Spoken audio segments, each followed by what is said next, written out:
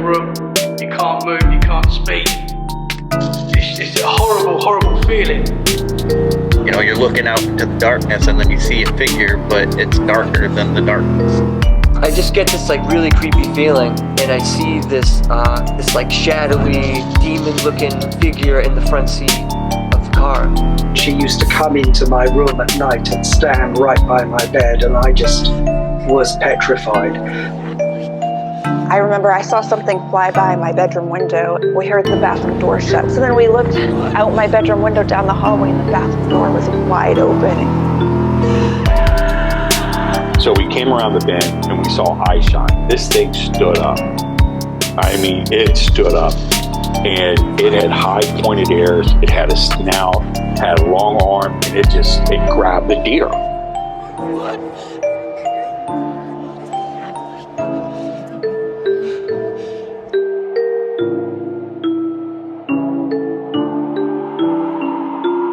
Okay, guys, welcome back to Let's Get Freaky podcast. I'm very excited. We have got Ashley on the show tonight from Ghost Gossip Podcast. Ashley, how are you? Thank you so much for being here. Hello, I'm great. Thank you so much for having me. I'm very excited to be here. I have recently followed you on Instagram, and your content is awesome. I've started following your show as well on YouTube, and it is awesome stuff. You do a great job. So, how long have you been doing this for? Right to the feels, because I have been in my feels about my stuff today. So I'm like, I needed to hear that. So I started the podcast about 3 years ago, and I couldn't really commit because I was working full time. And when you work and doing this, it's so much. It's so hard to navigate. And I was driving my judge was about an hour away. And so I was driving to the courthouse and back, and it was just so hard. So I didn't commit until about a year ago when I left my job.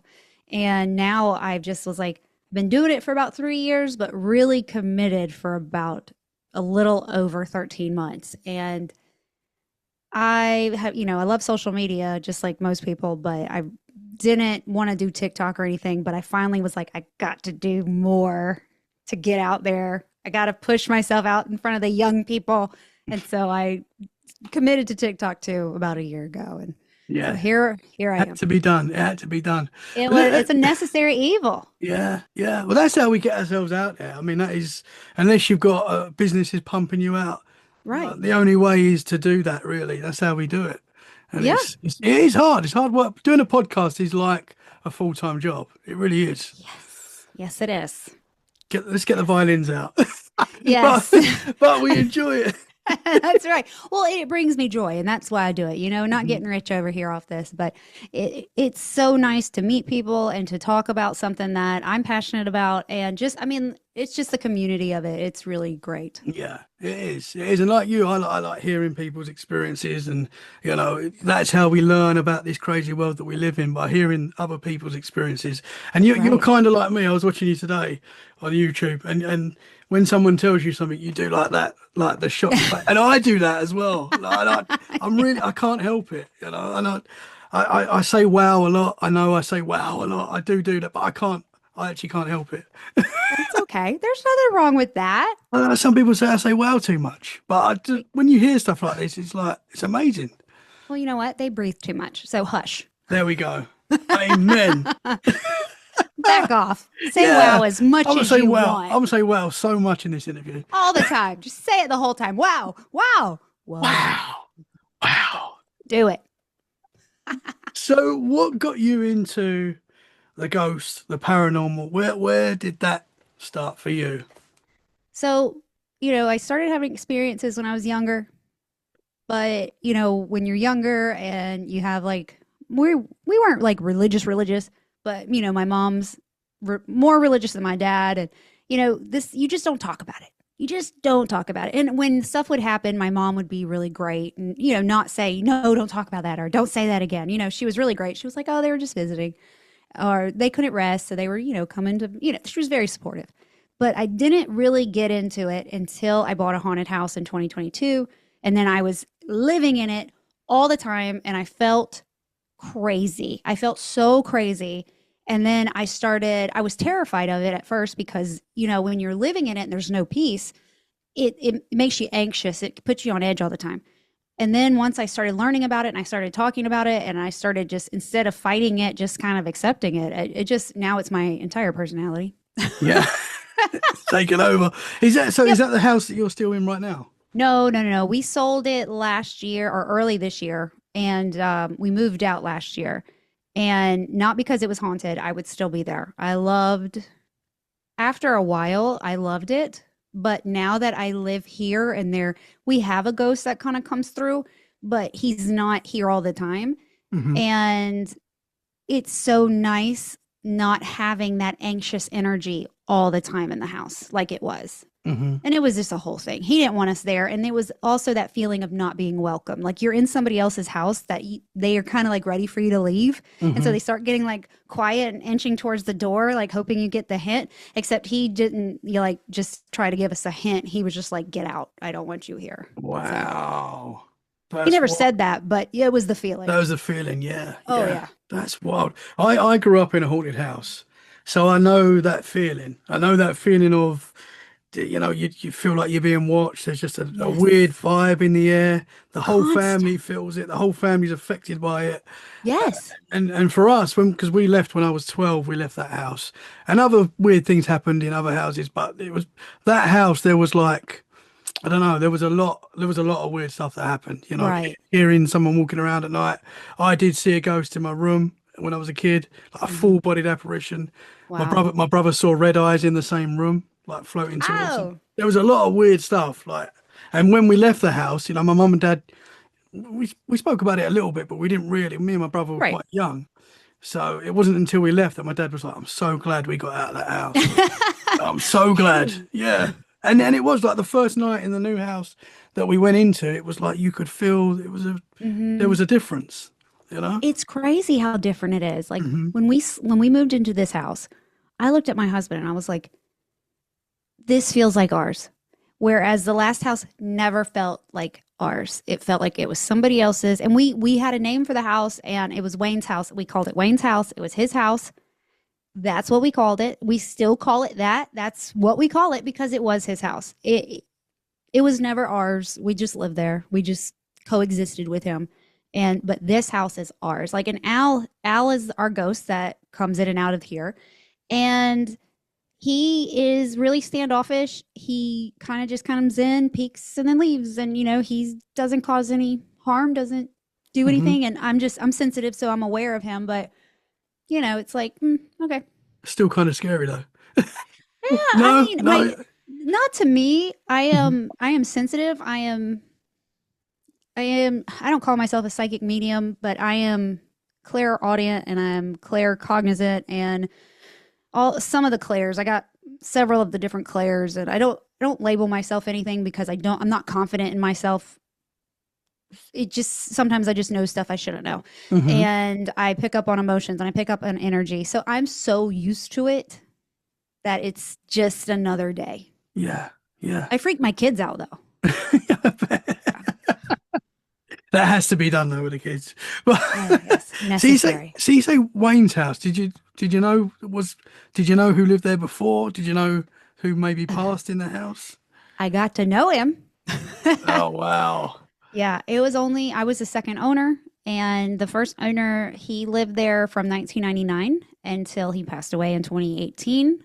He lived there with his mother. He was only married a short time. He was not a great person. I know more about this man than I know about some of my family members. Like, I talked to his sister on a regular basis for the whole time I lived there. She was very upset when I moved, and we haven't spoken since. I hope she's okay. Maybe I should check on her, but she's older. He had passed away and left the house to her. She was the only living family member. And then the neighbors. I have never met so many neighbors in my life. And when we bought that house, it snowed 7 inches the first time we were slept there because we were unloading the truck. We got our bed out. We slept there. We got up the next morning to unload the truck and 7 inches of snow on the ground. It doesn't snow where we live. So we were like, oh my God. And so we're outside trying to walk the dogs, trying to get stuff out of the truck, and the neighbors just flock and they start telling us all about Wayne. And it's like, oh my gosh. And I didn't know at the time it was haunted. It took, it takes time to kind of figure that stuff out. But yeah, I learned a lot about him. Wow. Yeah. So what part, can I ask what area that was in? I'm in South Carolina. Oh, okay. And it doesn't snow there. Not really. Very seldom does it snow. And not like that. If it snows, like it will kind of like, we'll get like a half an inch, like a dusting. Yeah. We were not expecting it. I literally, like, they said it might snow. And I was like, it's not going to snow. They say that all the time. And I literally like opened the door and I'm like, oh my God. Whoa. Like, Daniel, there's a lot of snow out here. Oh wow, that must have been just wild. weird. Was it like everywhere, the snow, obviously, or was it It like was everywhere. It was everywhere. It was the roads, the trees, the house, the cars, like everything. It was beautiful. yeah, But yeah. we're like, we don't have food here because we literally just moved, and all of our stuff is in that moving truck. And yeah. Wow. No, I was thinking it's not just snowed on your house, because that would have been really freaky if That it would just have been if it just really snowed weird. in your bit and everywhere else is sunny. Like, what's going on?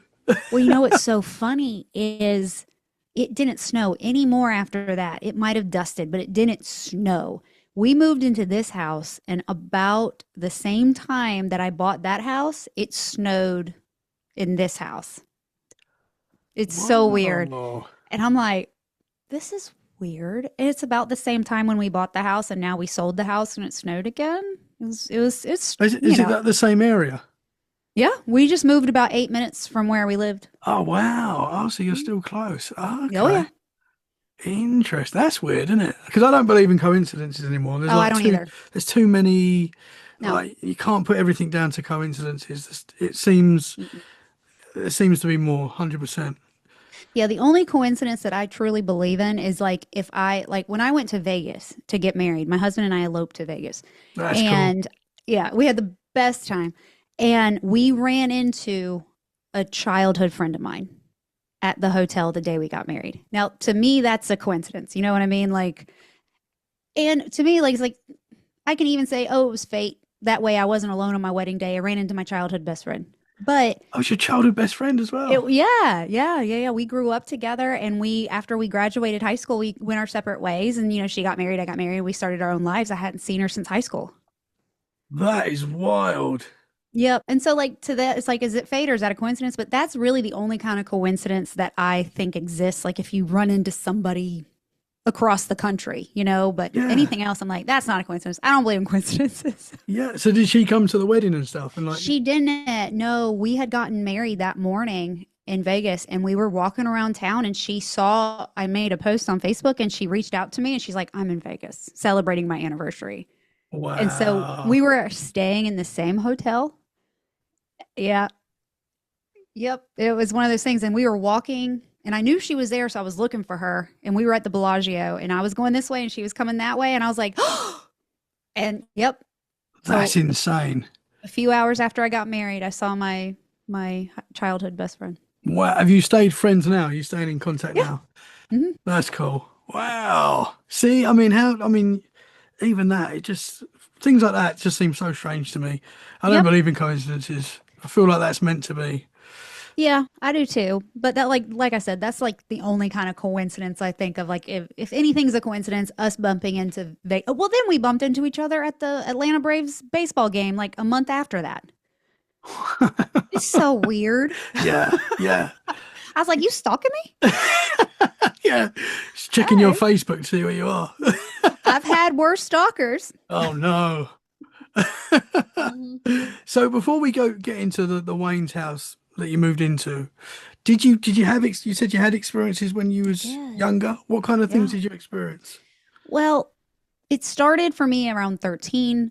I've told this story so many times because I started doing interviews a few months ago, and like every time I tell them, I'm like, which one happened first? So I try to preface this by I lose track of when things happen all the time. Yeah. They're right around the same time. And so I don't want people to be like, oh, well, in her other episode, she said that the other one was, they're so close together. I didn't make a note when I was 13. Mm-hmm. You don't, do you? You don't. Didn't think it was important. Mm. Well, Well, I attribute my first paranormal experience to an animal, a pet that was not mine. I was babysitting one of my parents' friends' sons, and they were going out on a double date. And so they were like, Ashley can babysit. Perfect. It was my first babysitting gig. I was so excited. I was like, oh, look at me. I'm grown. So we go to their house, and where we live in South Carolina, we're in the upstate. So it's some mountains and some hills. So I remember I got out of the car and I had to go up their walkway, which was not steep, but not flat. And so I ran up there. And so my parents were kind of behind me. And I rang the doorbell. I was the first one there. And I was so excited. And a dog came and barked at the bottom of the door. And I was like, yes, a dog, you know. My parents get up there. My dad's the same way because he loves dogs. So he's like waiting. We're both looking at the bottom of the door. We're both like, dog. They open the door, no dog. And I was like, oh. And so I was like, maybe they put the dog away. Maybe it's a biter. It sounded like a vicious weenie dog down there. So, you know, you just never know. And I go in, I babysit the little boy. I hear barking throughout the night, like not consistently, just kind of barking. And I couldn't find the dog. And I was like, I'm not going to go look for Cujo, right? Like I wasn't going to snoop around their house. So I put the little boy to bed and I was waiting in the living room for my parents and their friends to get back. And they came in, and I remember it as vivid as could be. They walked around the stairs into the living room, and they were standing there, and I was on the couch. And I was like, hey, where's your dog? And he froze and looked at my dad, and he's like, well, your dad asked the same question. And I just told him our dog died 6 months ago.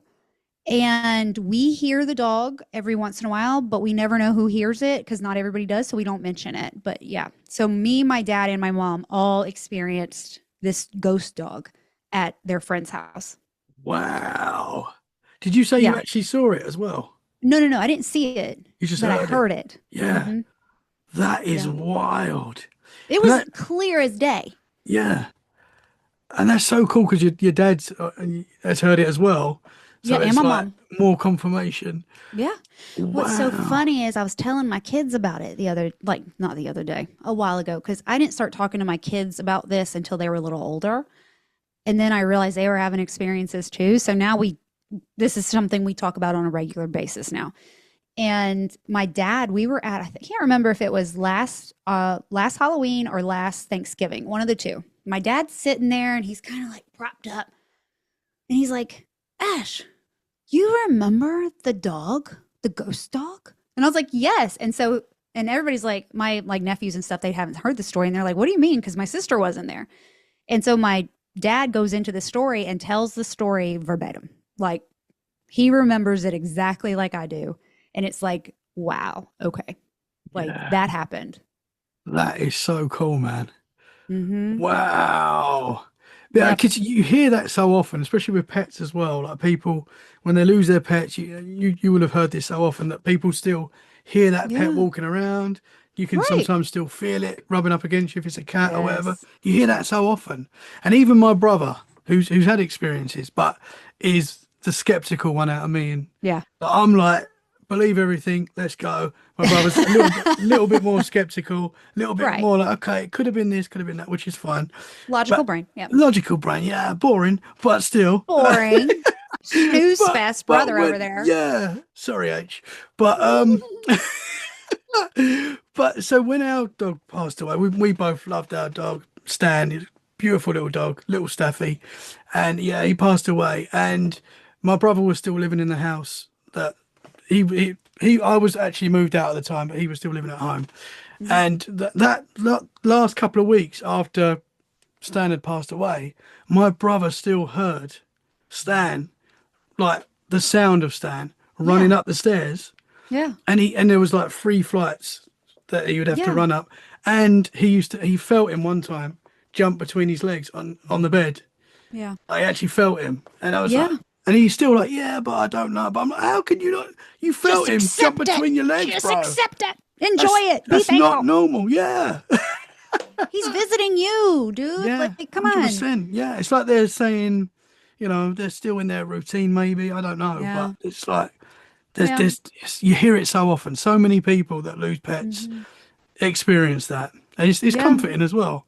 It is. It is a form of comfort. And usually, and I'm not sure about your brother's experience, but usually it will happen relatively soon after, like first few months after they pass away. And I had the same experience with my black lab. He passed away. I had him since he was itty bitty, and I could hear his tip taps on the floor after he passed away. And then my cat, who I had for 20 years, when she passed away, I was cleaning up the litter box in my daughter's bathroom, and single mom, only had one cat, and I had my dogs, but I was cleaning up after her and I was getting rid of everything, and I mopped. And a few weeks later, I went in there to give my daughter a bath, and I noticed there was one tiny little paw print in like kitty litter right on the floor.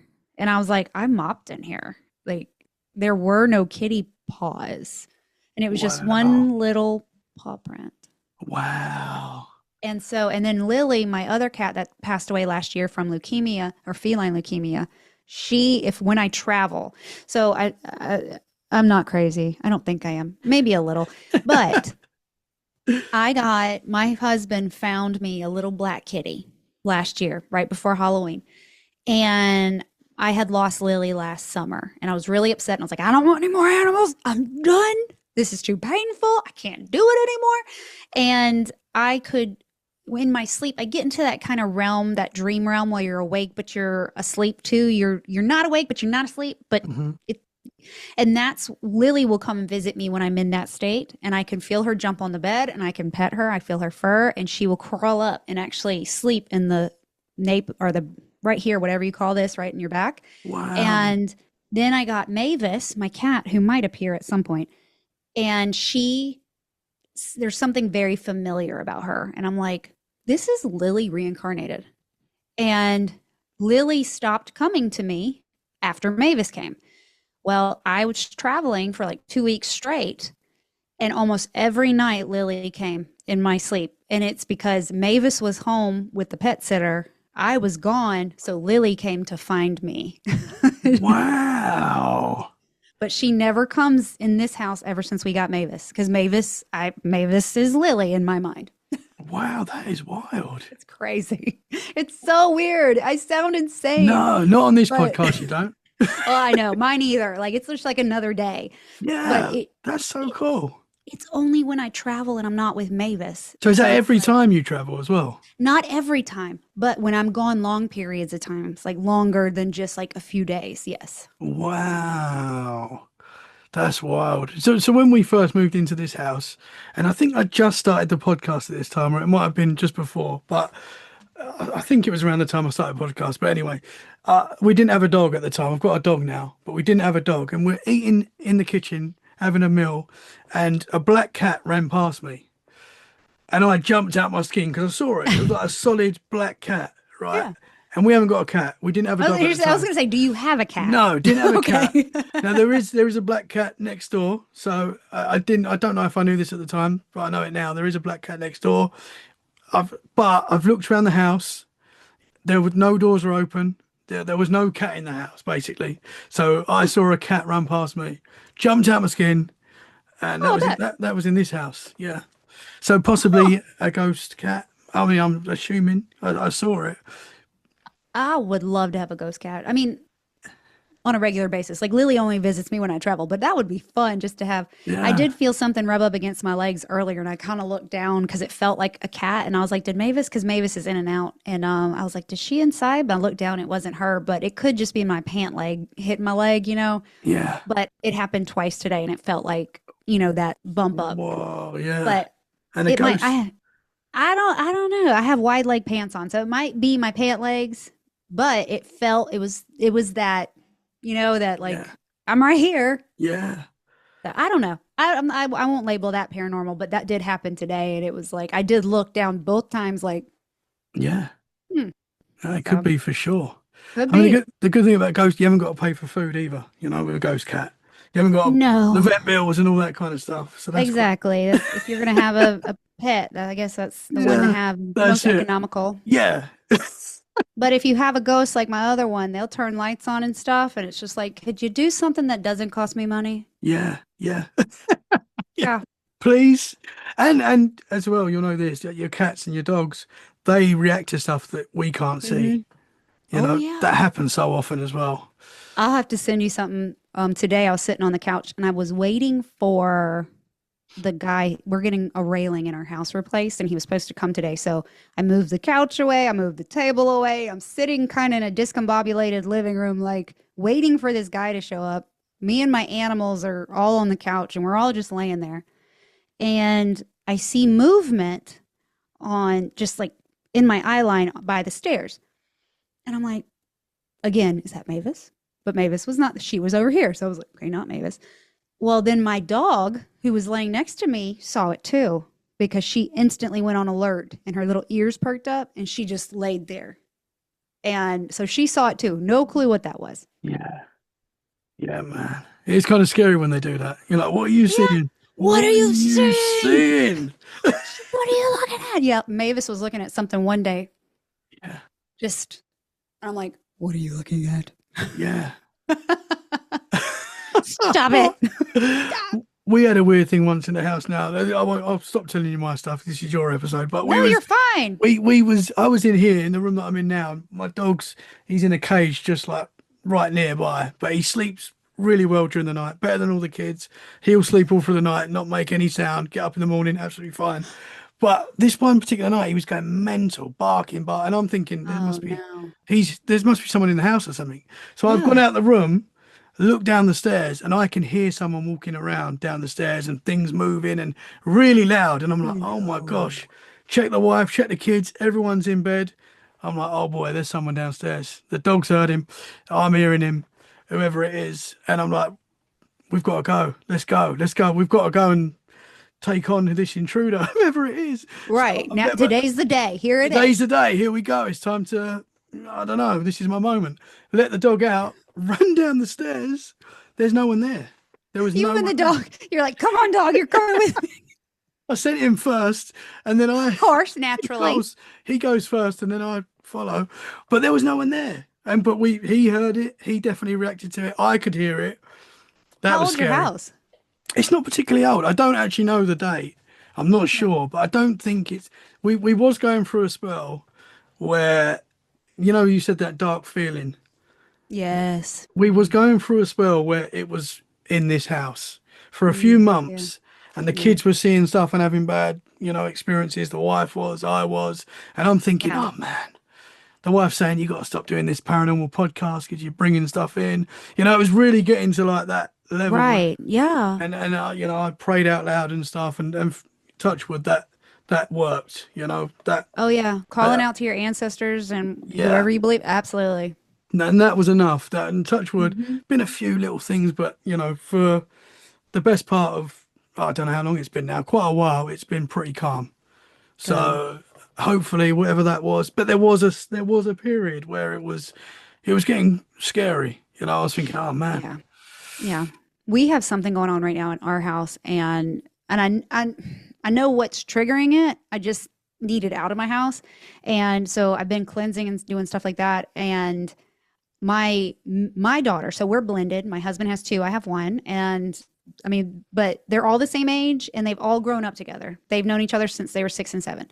So my daughter is not a believer. She is big into church and thinks what I do, I'm going straight to hell. And so it's always a good time, She's a teenager and thinks I'm an idiot anyway. It's fine. Well, the girls lost a very close friend this summer to self-harm. And then my daughter lost her grandmother at the beginning of summer. And then we lost somebody else. And then it was just like boom, boom, boom. And the girls have really taken it hard. They're 13 anyway. Everything's a big deal. Everything's the end of the world. And so it's almost like, I always tell people what the energy you put out is the energy you attract. And if you're a low vibration, you're going to attract low vibration people, things. And since, it's like they can't get out of this funk. And now it's like there's something here that I guess was attracted. That's how I interpret it. It feels like it was like attracted to their depression, their darkness. And I understand it. And they're in therapy and we're doing all the things. It's just grief. You have to go through the stages of grief. And I decided, I was like, I need to cleanse the house. Well, then my mentor is like, you need to clean your house. There's something going on. And I'm like, how do you know this? But I'm like, she's like, of course she knows. But I'm like, okay, I'm going to cleanse my house. So I did a cleanse the other day, and I knew I aggravated something because I was walking around the house and I was like, it's not gone, but I got its attention.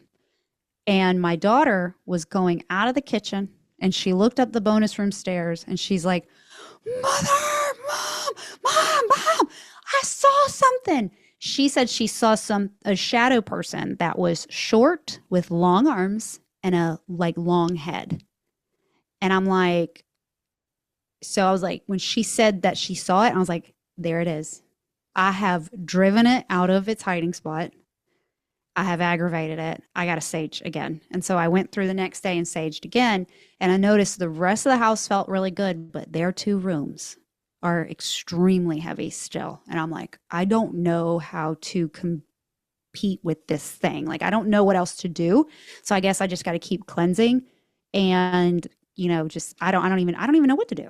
Mm-hmm. But I guess it's just feeding off the negativity. Yeah.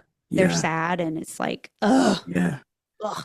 That is what seems to happen in a lot of these cases. Mm-hmm. And these, whatever these things are, these entities, it seems to, they feed off that negative, as you say, and it grows and grows and grows. And I think as we get scared and as that fear grows, I think that gives them power. And I think that's where it seems to get worse. Yes, it really does. When you're scared of it, I mean, not all, I'm not going to say all entities or spirits or ghosts or whatever you want to call them, not all of them, but the negative ones, absolutely. Mm-hmm. Yeah. They love it. That's what drives them out, Mm-hmm. And not all spirits, not all ghosts, but those negative ones, I mean. Yeah. Have you seen anything? Have you seen any shadows or? Yes. Yeah. So in my last house, I mean, I've seen things before, but in my last house, I was in my podcast studio. I called it the Mermaid Cove. It was in the basement. And the basement was Wayne's gym where he trained people. He was Mr. Universe in the 80s.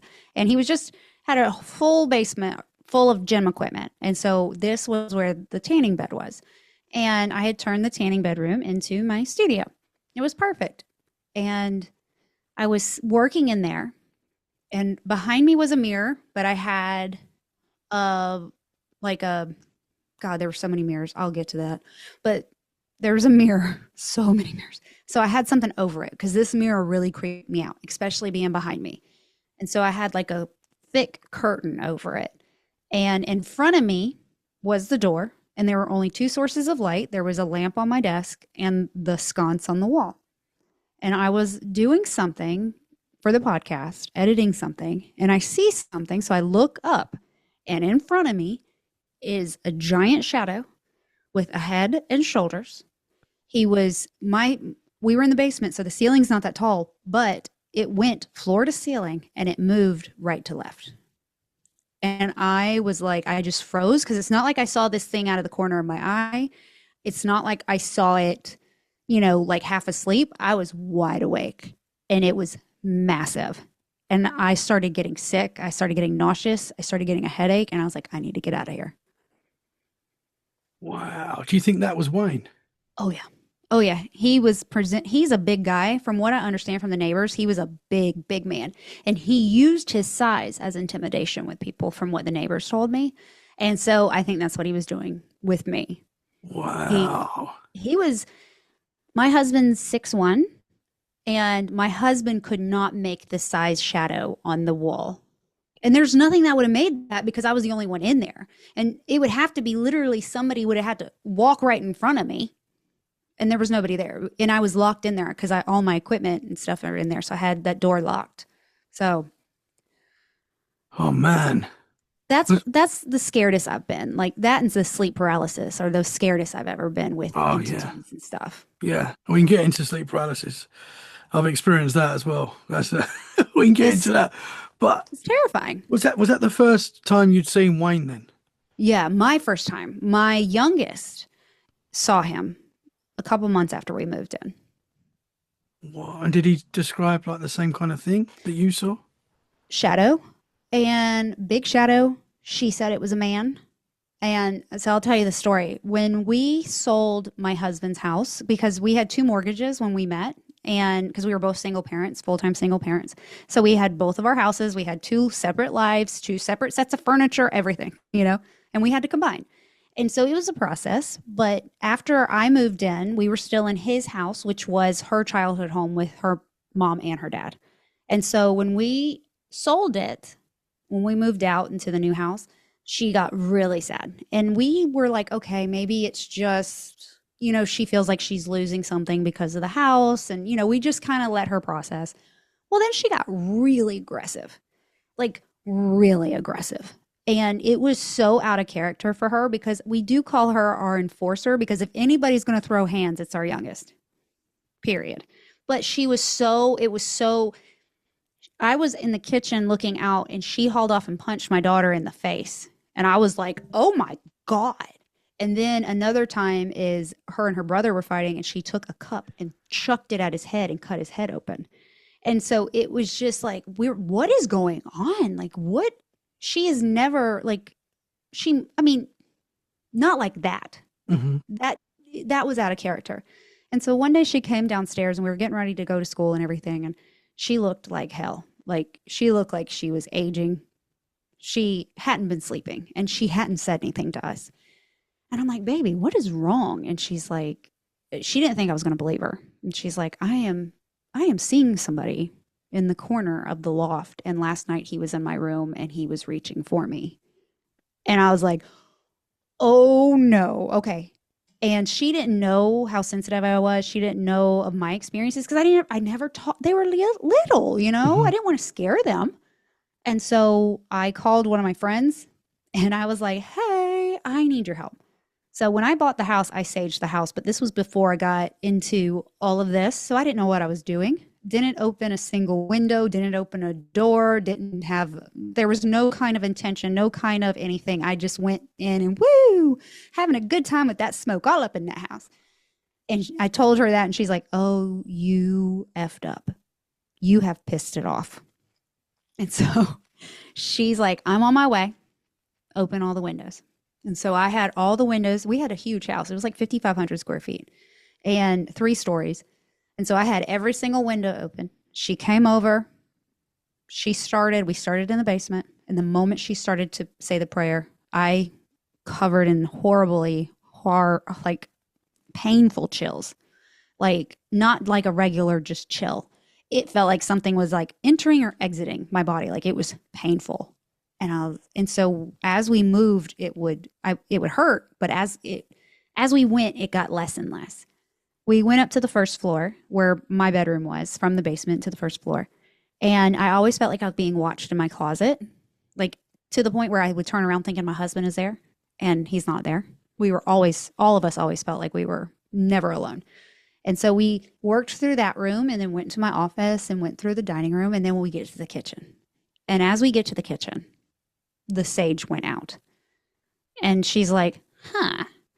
And so she's trying to light the sage back, and I'm standing there like looking at her. I am like, I've never done this like with somebody who knows what they're doing before. So I was like, what is happening? Why is it burning out? And so she gets it relit. And after she got it to burn again, I got covered in those chills again, and I could not breathe. And I felt like I was suffocating. And I was like, and she's like, you have to keep going. And when I was finally able to take a deep breath again, where we were in the kitchen, we were underneath a smoke detector. But the smoke detector in his old bedroom went off. Oh, man. My husband, the big, strong man he is, was sitting outside because he's completely freaked out at this point. And he said he heard that smoke detector go off, and he's like, what the hell is she doing in there? Like, I could see him from the kitchen. He's like sitting there. He looks up. I'm like looking up. That smoke detector, there is no reason, because it's not like it billows smoke. The house wasn't smoked out. Like, and this is a 5,500 square foot house. Like, this is, I can't explain it. Mm-hmm. And I was like, she looked at me and she goes, "Where is that?" And I was like, "It's in his room." That is that. Well, what I found out later is he died of anaphylaxis in the kitchen. So for someone who's stupid, what is that? Sorry. He had an allergic reaction, and Oh, okay. his airway. Oh, wow. So you're Yeah. feeling what? Yeah. Oh my gosh. Yeah. He loved to make me feel what he went through. I was sick 2022 for the greater part of 2022, like to the point where I got a brain scan. I was in and out of doctor's office. I was in and out of the hospital. I had no idea what was going on. I had never been that sick before in my life, and they couldn't find anything wrong. And after I made peace with him and I was like, "Fine, you can stay, but you cannot affect us anymore," I got better. Interesting. And So I'm not going to say that's paranormal, but it was really weird. yeah, that sounds paranormal. That sounds like a spiritual attack. Like he's attacking you. Yes, that's exactly kind of, now that I know that. I mean, it was migraines. I couldn't sleep. I would get these random, like all my joints would hurt. Like I could barely close my hands. I mean, it was the most random things that you wouldn't think would be connected. Mhm. I thought I was dying. I thought I had a brain tumor. How long did that last for? How long would you 8 experience months. that? 8 months. 8 months. August is when Wow. it finally got better. August 2022. So you made peace with Wayne, Well, the yeah. entity, and that is insane. Yeah. And I And mean, I cussed him out. I read him for filth, but I gave him his own room. I moved. So where my youngest was where she saw him, and she hated that room. We all hated that room. So I put a guest bed in there and I was like, "This is your room. This is where you stay. You can have this room. And you stop effing with all of us. Stop messing with me in my sleep. Stop making me sick. Stop messing with my kids. Leave everybody alone. You can stay in this room, and I won't try to run you off anymore." Okay. Oh, And it got better. It did get better. The sleep paralysis. I cannot remember the first time I had sleep paralysis. I'm pretty sure it was after that. Pretty sure it was about 2023 when the sleep paralysis started. And him and I went round and round again with that. And kind of like the fear, once I was no longer scared of sleep paralysis, it stopped happening. Interesting. And I've never had it again leaving after I left that house. Wow. Mhm. So can I ask you the process of sleep paralysis for you? Because it's different for everybody. Like people, I know it's similar, but people Yeah. experience it differently. What was your experience? So my first one's kind of funny. So I was in a really deep sleep, like really, I was sleeping good. And I was dreaming about Sam and Colby. And they were in my house investigating. And we were in his room, which is my daughter's room. And we were in there's like a little door for the attic space. And so they were in there. And I was looking in there and I could see or sense like this dark figure. And I felt like it was targeting my daughter. So I was like, "If you leave her alone, if you want to go through somebody, you got to come to me. Like, you got to come to me." And it was, I then felt like my body was being sucked, or my soul or my dream me or whatever was being sucked back into my body, because I remember seeing like everything in the house fly by and I was like moving backwards. And when I opened my eyes, I was staring at the ceiling and I was completely frozen. And I couldn't see anything dark, but I could feel something dark over the bed. And I had never had sleep paralysis before, but my mind said, "Pray, pray."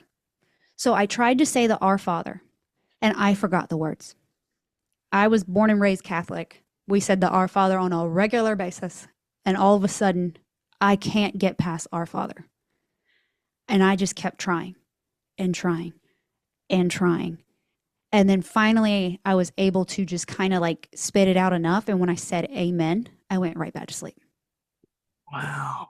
And that was the scariest one. The other time it happened, I was able to say the Our Father completely without any problems and went back to sleep. The third time, my husband heard me screaming and he put his hand on me and he's like, "You're okay." And I went back to sleep. And then the last time, my eyes shot open and I said to it, "Not right now." And then it never happened again. Wow. So do you think that was Wayne as well? Yes. Yeah. I think he was just, and I could be wrong, I don't know, but he was not a nice person in life, and I think he was just so mad that we were there and so cranky because I tore walls down out of his house, and I was, I think he was just a miserable person in life. And so in death, of course, he's not going to be rainbows and sunshine. So I think that he was just a crabby old grandpa. And I think he was trying to scare us out of there. Man. And I was like, I got a 2.5 interest rate on this house, buddy. I ain't going anywhere. Oh, wow. Man. People were like, why do you not move? I'm like, do you know what interest rates are right now? Yeah. When you finally did leave, did you tell the people that were coming? Because apparently you're meant to do that. I didn't realize that, but apparently you're meant to say. So in South Carolina, it is not a law because I did ask my realtor. I was like, what is my responsibility? She said, well, the way this works is if they ask, then you say. But it's like, if they don't ask, kind of like if somebody died in the house. If you ask the realtor or lawyer, there's by law have to tell you. If you don't ask, they don't have to tell you. So the same thing with paranormal. From what my realtor explained to me, what's haunted for me might not be haunted for anybody else. Yeah. You know what I mean? And so you're saying, hey, there's a ghost in here, but somebody else might walk through and be like, what is she talking about? Yeah. So yeah. that's the way she explained it to me. I was worried about it for a long time, but I'm thinking, they could be living in there, and I am extremely sensitive, and I pick up on things that most people don't. So that could be why. So they might be living in there completely content, not having any issues. Yeah. Yeah. I don't know. Yeah. No, I think there's something to. I think there's something to that people like us that are open to this kind of stuff. Yeah. That's why we're going to experience stuff, because we're open to it, like kids and animals. They don't really understand. That's why they tend to see a lot of things. I think that's the same for like people that are open. Right. Yes. If you're shut off and you don't believe in this stuff, you're probably not going to see or experience anything. You know. I'm not frozen, am I? No, you're not frozen. Am I? Am I frozen? A little. Am I? Okay. A little. Hold on. You're delayed. I'm a little bit delayed. Nope. I think you're back. Okay. We're back. Okay, good. Nope. You're good now.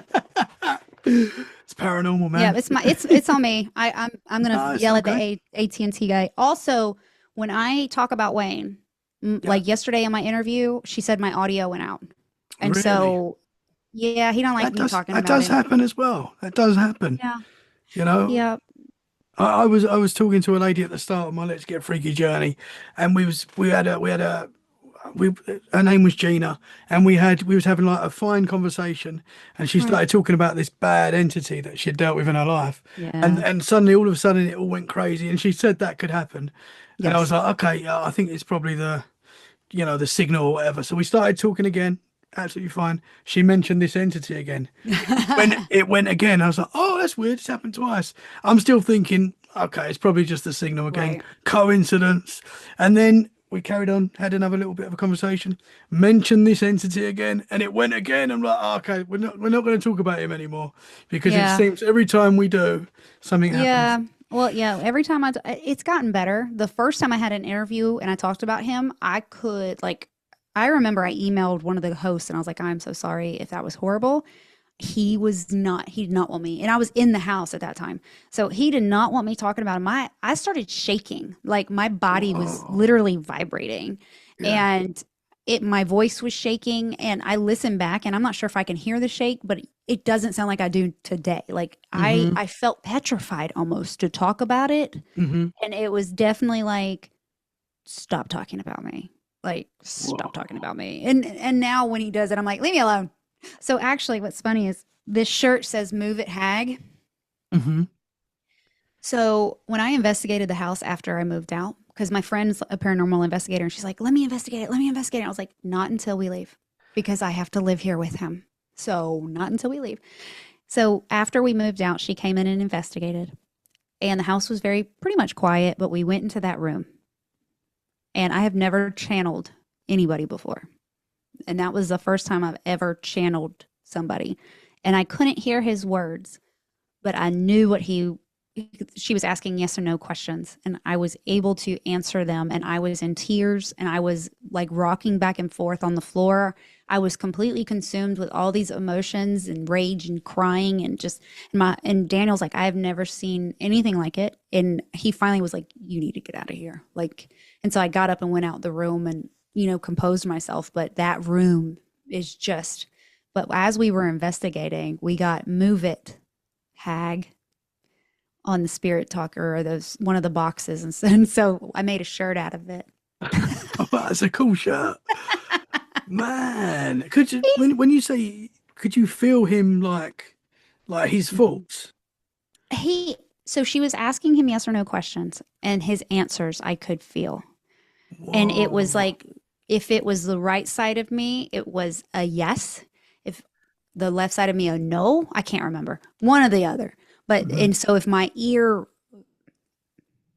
rang really loud or pulsed on this side, it was one answer. On the other side, it was the other answer. And it was very clear. It was going back and forth and back and forth. And so when we first started in that room, she put her REM pod down, and I swear it was like because she had a brand new battery. We put it down. We started talking to him. It had, I just got chills everywhere.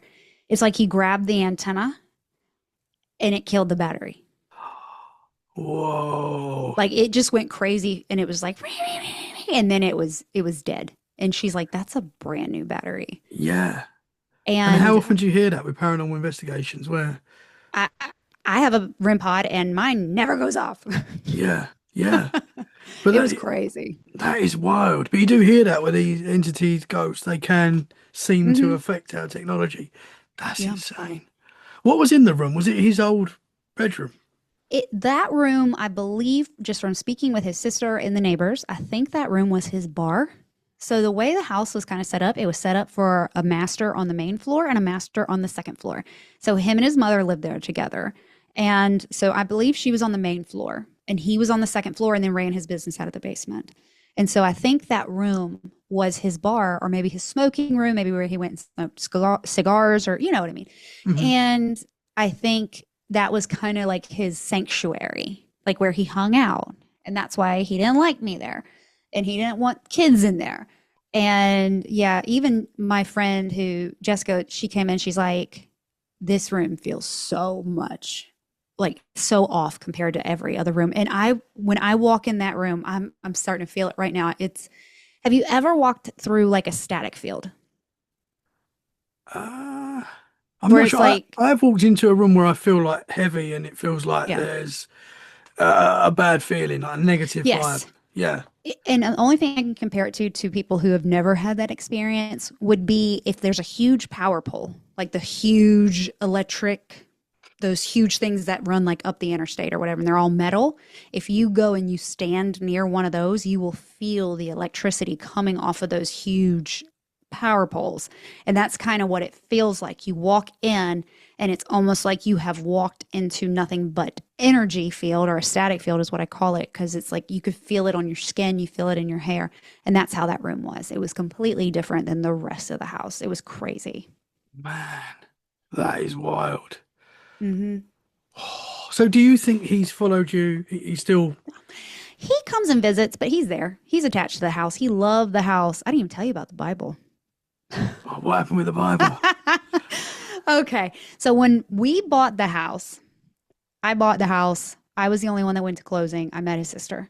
And his sister told me he loved that house. He designed that house. It was like his baby. And he had put 4 Bibles in the corner of each corner in the basement when he built the house to bless the house. It was a mile from one of those big electric things too, where the house was. It was like a mile, and then behind it was running water. So we and then when I bought the house, I had 32 mirrors and it had sat vacant for 4 years. It was a recipe for activity. So I found my kids, we took the kids in, we went in the basement, and there was some furniture left, and we were going through the furniture, and we found this Bible. And I'm like, interesting, that must be one of the Bibles she was telling me about. And inside the Bible was a piece of paper, and I should have taken a picture of it, but it freaked me out too bad. It was talking about being saved, and it was just a typed piece of paper that he had folded up and put in this Bible. Well, Even though I'm spiritual, more spiritual than religious, I'm not going to throw a Bible away. I don't feel right about it. And so I was like, I'm just going to put this over here. And I moved it. Well, the next time I came down, we're moving. Things are coming in and out of the house. The kids are all over the place. They're excited. I found the Bible in the floor and it was open and that piece of paper was out of the Bible. And I was like, weird. So I put the piece of paper back in the Bible, closed the Bible, put it back away. Happened again. And I'm like, I even asked the kids, I was like, are y'all playing with this? Are you playing with this Bible? What Bible? I'm like, okay. So I put the piece of paper back in the Bible. I put the Bible in the storage room on the shelf out of their eye line, out of sight, out of mind. They're not deep thinkers, okay? So they're not going to go and hunt this thing down. Well, months later, I am cleaning out my closet, the closet where I felt I was always being watched. And I'm looking in this bag and I pull out a piece of paper. And it was that piece of paper about being saved. Oh, man. I just covered in chills and I'm like, my eyes are watering because I was petrified. I screamed. Like I was screaming like somebody was trying to kill me. Daniel was like, what is going on? And I was like, did you do this? Did you put this in my closet? Because he knew how freaked out I was about it. And he's like, I would not do that to you. And I'm like, how did it get in here? He goes, where did you put it? I was like, it's in the storage room on the shelf. And he's like, I didn't even know where you had it. And I was like, how did it get in my closet? He's like, I don't know. So I put the paper back in the Bible and I gave him the Bible and I said, do with it what you will. Get it away from me.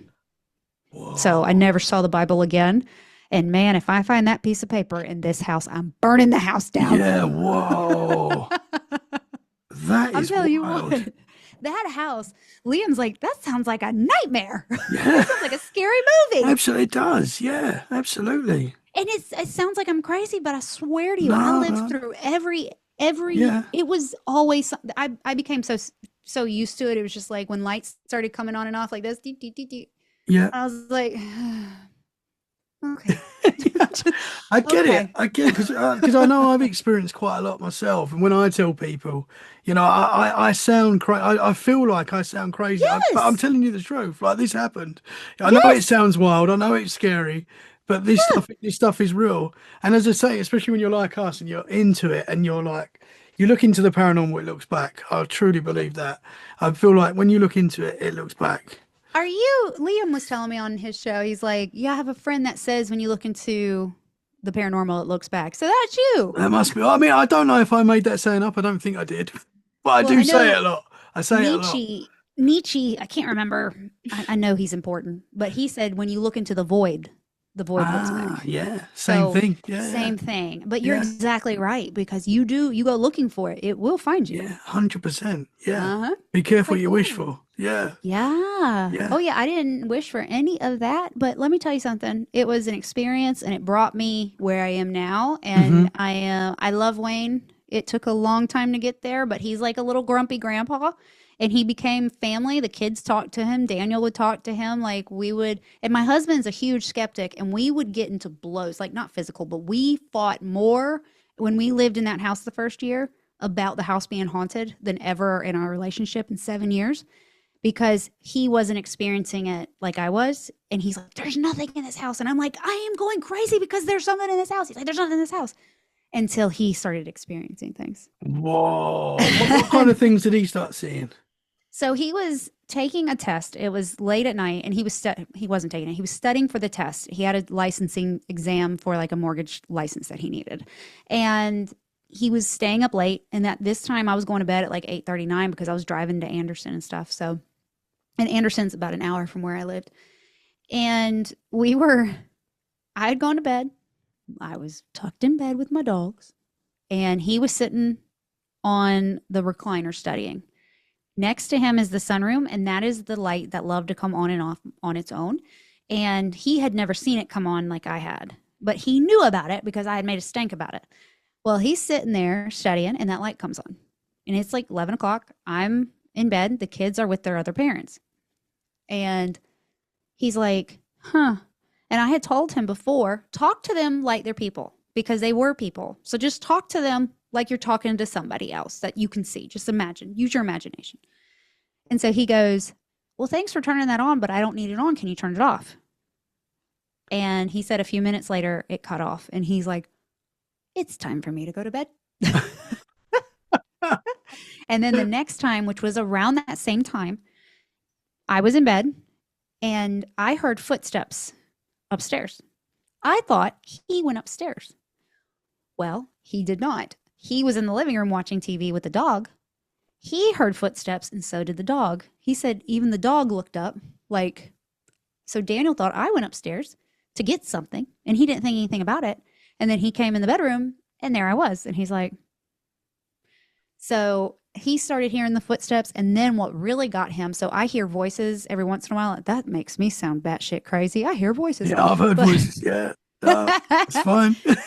So I'm laying in bed. It's like 5 o'clock in the morning, 5:30. And I hear, hello. He's awake. I didn't realize he was awake. And he's like, what the hell was that? I was like, I told you. Man. So he's a believer now. He is still skeptic. He will try to, of course, he will try to solve it away, which I do too. I think healthy skepticism is a good thing to have. Not everything is paranormal. Yeah. But he's not going to fight me anymore with it. Like he's like, okay. All right. Okay. Man. It was crazy. I heard my daughter's voice. I heard my mom's voice. I heard a voice. I didn't know who it was. I mean, like, I've heard somebody say Ashley, and my dogs get up and go look because they heard it too, and I was the only one in the house. So it's strange. Yeah, I've had that. I've just finished a podcast. It was like 4 o'clock in the morning, 3 o'clock in the morning, whatever it was. I was downstairs making a cup of tea, and I heard Dad like that. But it was like I just turned around expecting to It's see like one it's of the in your kids ear. there. Yeah, exactly. Yeah. But I thought there was like one of the kids must be there. I was like, what? And I wasn't. I'd switched off from the paranormal. I wasn't thinking. Yes, you turn it off. You're going. Yeah, you're finished. I was having a relax, calm down cup of tea, and I heard that. And I ran up the stairs to make sure none of the kids were around. They're all in bed. It was so weird. And there's been a few things like that, you know. Yeah, that's what happened with my daughter. My wife heard me call her whilst I was at work. So I call my wife Treek. It's like a nickname that only I call her. And she was in the front room and she heard Treek, like me. And I was at work. That was around the period as well where there was a lot of weird stuff going on. Yeah. The other day, so this is before that my daughter saw this shadow in the room that I'm in. My husband was outside. I thought I saw him. So I come down the stairs and I turn the corner and there's a mirror right there. And I thought behind me, or in the mirror behind me, I saw my husband in the dining room. So I thought he was in the dining room. I go to get in the car and he's standing outside. And I'm like, you're not in the dining room. And he's like, no, I'm not in the dining room. I was like, I swear I just saw you in the mirror in the dining room. So I don't know if I saw this little shadow thing that's been hanging out, but I thought it was my husband. Yeah. It happens, man. It is wild. It is. Mirrors are weird. Oh, speaking of mirrors, when we bought the house, seriously, there was 32 mirrors in the basement. And then in the rooms upstairs, there were always mirrors facing each other in every room. It was the wildest thing. And we were like, what is this guy into? Like, little kink? Okay. Well, it turns out he's a bodybuilder, so he loved himself. Yeah. But, you know. Yeah. Every angle. Every angle. Want to see myself from every angle. Look at that. Look at that. Look at that. But they were everywhere. I couldn't get rid of those mirrors. I tried giving them away for free. I had to hire a company, a junk haul company, because I refused to throw them away because they were going to shatter. Yeah. And we're talking about 4 foot by 6 foot mirrors. Tons of them. Yeah. And it was just like, what am I supposed to do with all of these mirrors? And we held on to them until we sold the house and we cleaned it out. Oh, wow. So how quickly was activity happening? When did you realize, oh my gosh, we're in a haunted house? So what we all felt, so like I said, my kids didn't tell me this.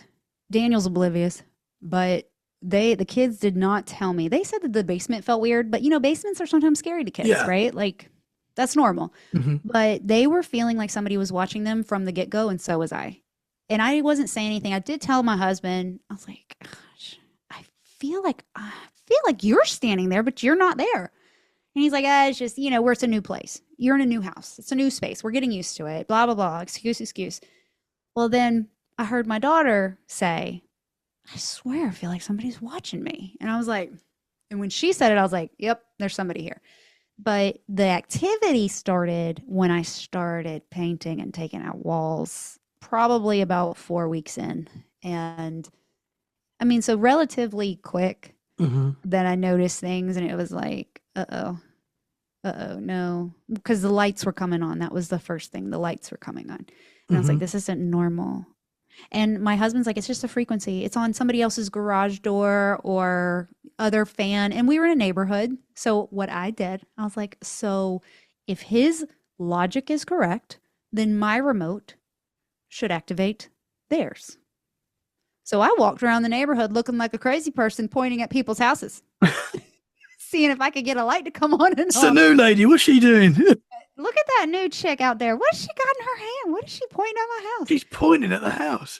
Yeah, but the Wow. craziest time was years later. We had put a new light in the front bedroom. I had to make that my guest bedroom where I would sleep, where my husband was snoring, because I could not sleep in the guest room upstairs because Wayne would stand at the end of the bed and stare at me, and so Whoa. he did not like me in there.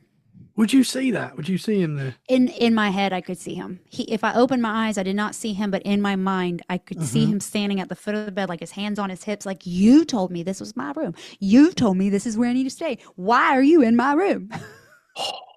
And so I would not sleep. So Yeah. I made a little guest bedroom downstairs next to, it was in my office. So I created like an office with a bed in it and got a new light in there. And it was, they're all the vaulted ceilings. So I had to have remotes to be able to control them. 4:00 in the morning, I was sleeping one day, light on. I'm like, you've got to be kidding me. I was like, turn it off. It went off. And then it turned back on. And then it turned back off. And then it turned on and off and on and off. And it kept doing that. And I was like, and I have it on video. Now I can't find the video. I don't know what happened to the videos because I had so many things on videos and now they're gone. And I'm like, what happened to those videos? Whoa. So I don't know if maybe one night I take sleeping medicine and sometimes it knocks me out, but I still do stuff on my phone and not realize it. Like I order stuff from Ulta all the time and stuff just appears and I'm like, where did this come from? Wow. So I don't know if I deleted those videos. I cannot find them. Whoa. Yeah, it was crazy. Man. That house was nuts. Yeah. So, but you made peace with Wayne, Oh yeah. and it started to. Yeah. So when I sold the house, I had made the new owners a little scent thing. Like it was a little warmer that they could plug in.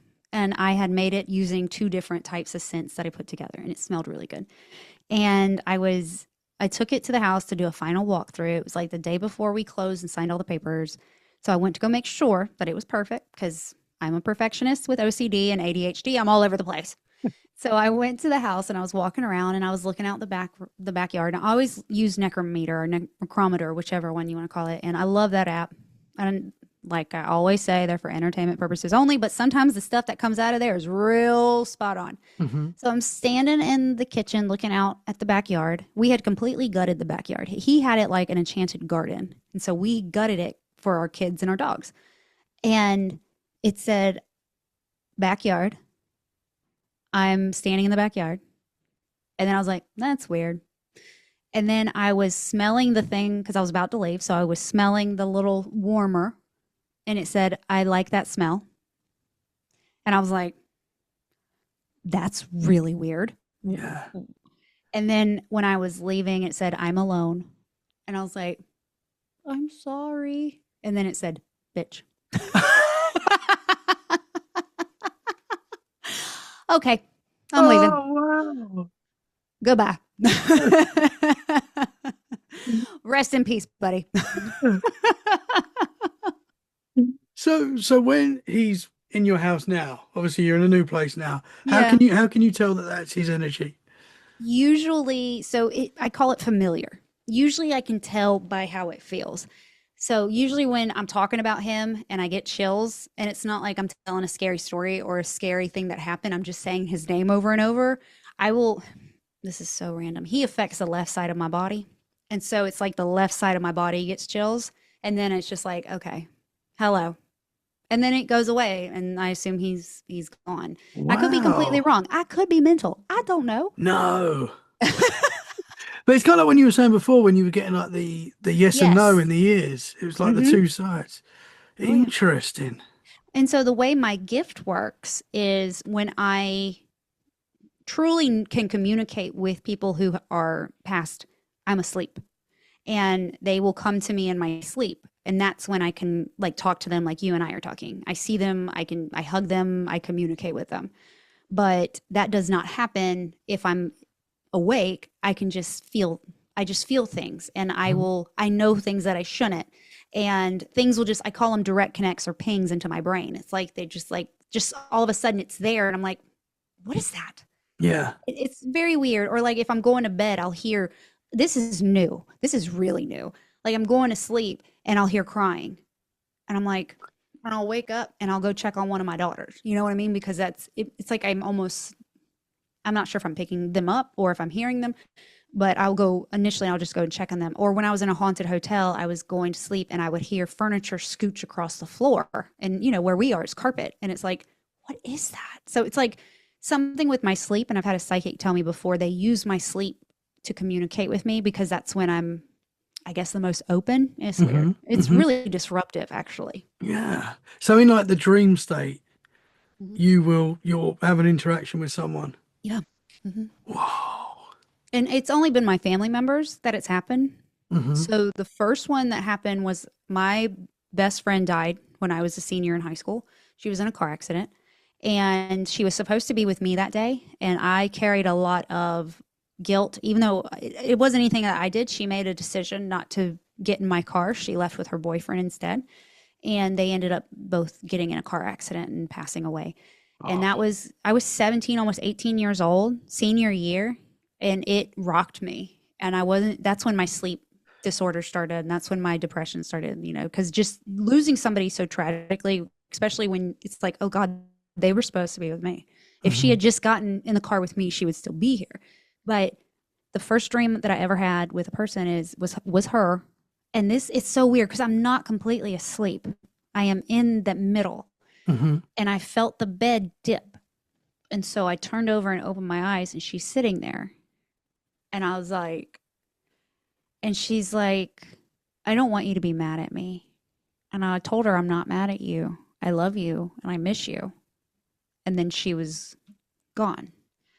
Wow. And then the next time, so, I'm not sure if over there they do this, but like in senior year, we do pages for the seniors. So they asked for people to donate pictures of her. And so I had donated a bunch of pictures. Well, this is the time and day that it was all disposable cameras and printed pictures, not digital. And so I had given the school all my pictures of me and her for the yearbook. Well, her mom came to the school and asked for them. And the school couldn't tell her no. So they gave her all the pictures. So I didn't get my pictures back. Oh, man. And I was in college at this point, and I hadn't even thought about that for years. And I was at USC in South Carolina, and I walk out of my dorm, and she's standing there. And I was like, what are you doing here? And she's like, I came to see you. And she goes, and she had this little disposable camera. And I was like, what is that for? She goes, you gave my mom all your pictures, so we're going to make some more. And I was like, I'm never going to be able to print those. And she goes, but you'll remember them. Wow. And yeah, so she turned 40 in February, and I could feel her. And I've never really communicated with her before, except just me talking to her. And so I got my app out, and I got Transcend Theory, and it's I was like, is that you? And I heard yes. And then I said, how old would you have been this year today? Like, how old are you today? And it said 40. And then I said, how did you die? And it said tree he hit. And so it was So she's still around. She hasn't visited me in my dreams since college, but she's still around, and I believe she protects me in the car. Wow. Yeah. And that happens with other family members as well, where you. Yeah. So my grandfather, he's an elusive one. And we were having some stuff go on in my family, and I was calling out to him because he had come to me years and years before when I was in my first marriage. It was an abusive marriage, and it was really traumatized, and I was really having a hard time with it. And he came to me, and he was a shadow at this point. He didn't come in my dream, but I knew it was him. I could see his outline. I just knew it was him. And it was just comforting to know he's still here. Well, when we were going through all this stuff with my family, it was really traumatic, a lot of stuff, a lot of change. And I was at Karen, I think I was at the haunted house, and I was like, Papa Sam, I need you. I need you. Can you please just make yourself known somehow, some way? Can you just give me a sign that you're around? And so I was in a dream, and I was in my courtroom, and I walk out into the courtroom, and my aunt, his sister, is sitting there. And I was like, what are you doing here? And they're from the South. They're all Southern, really Southern, just like Southern belles. So they're long, drawn out speech. And I was like, she said something. I can't remember what she said, but I was like, how's Papa Sam? Have you seen Papa Sam? And she goes, oh, darling, he's good. And I was like, and she hugged me, and then she was gone. Well, I was like flustered. I was like, Papa Sam, I asked for you. I didn't ask for AB. I asked for you. Well, a couple weeks later, I was having a dream, and I was walking through a crowd of people, and it's like everything slowed down. And as I walked, everybody kind of parted, and there he was.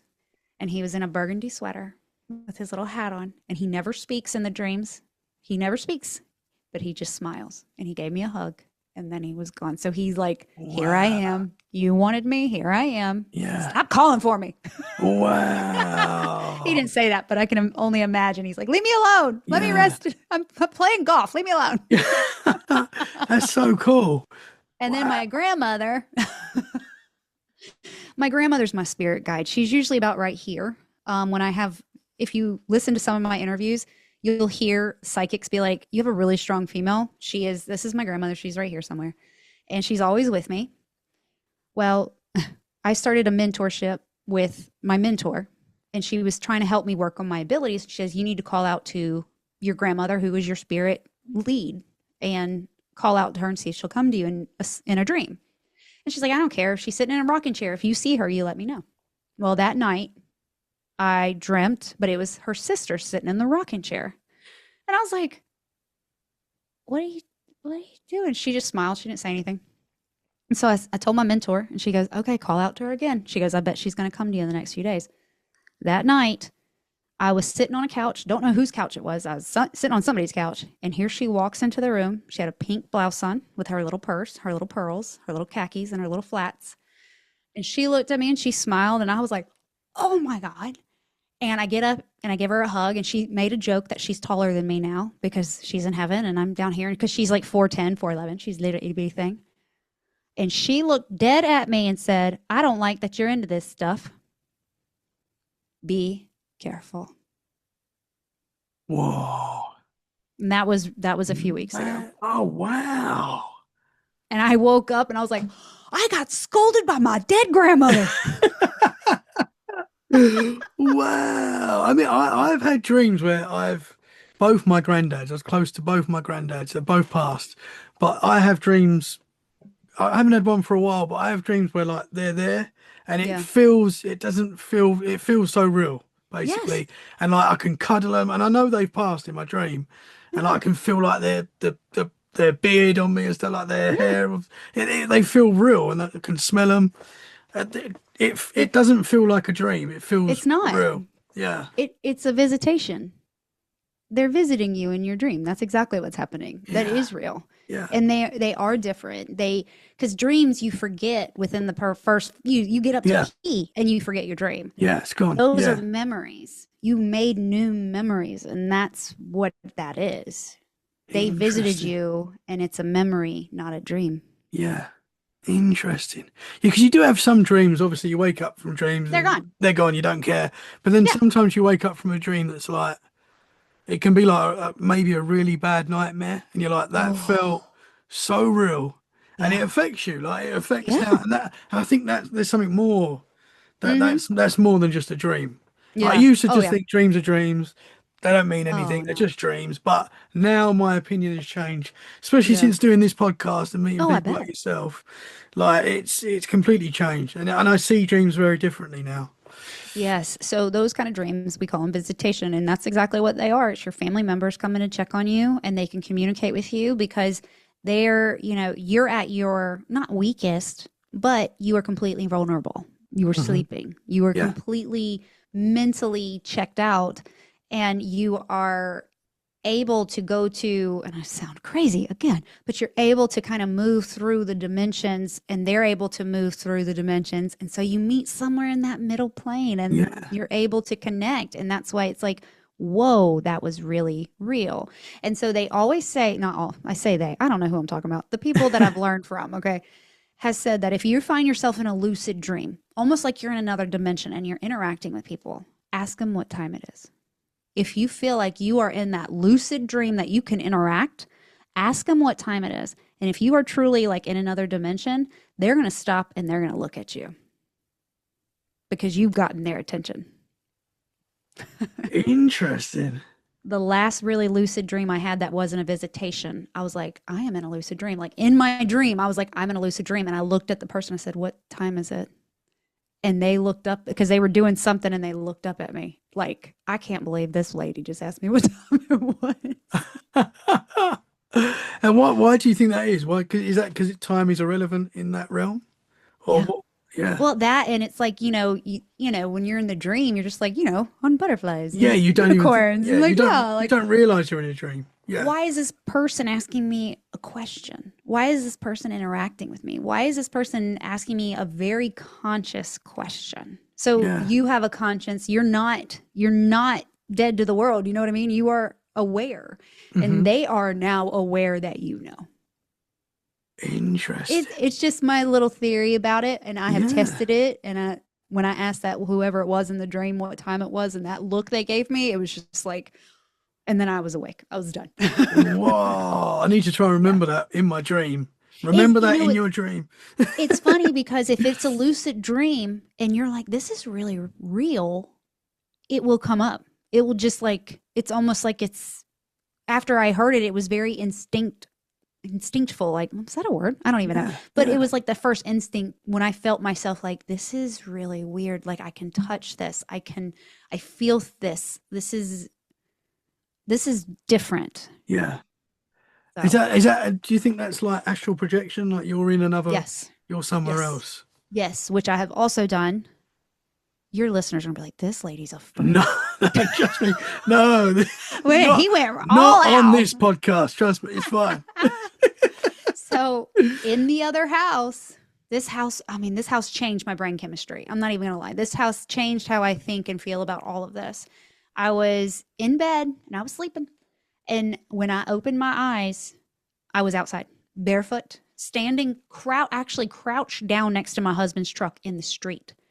And I remember feeling, because it was like December, the cold pavement. And I was like, why am I outside in my pajamas? Like I had like this mid panic of like, oh my God, I'm out here in my pajamas. I'm bare feet. Like, how did I get out here?